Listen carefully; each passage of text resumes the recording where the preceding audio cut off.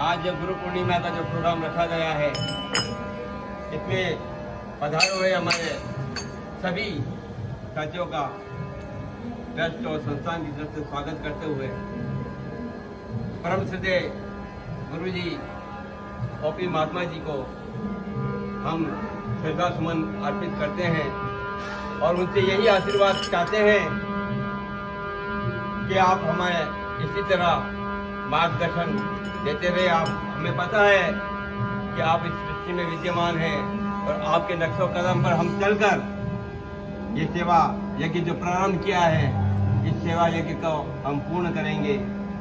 हमारा जो एक दायित्व है कि राम नाम का इस संपूर्ण विश्व में पताका लहराएं और लोगों को जागरण करें और दिव्यांग क्षेत्र के दिव्यांगों को हम प्रोत्साहन देकर उन्हें रोजगार उन्मुख बनाकर स्वावलंबी बनाएं। इसी पर्पज से हमने ये सेवा कार्य चालू किया है। बोलो सद्गुरु भगवान की।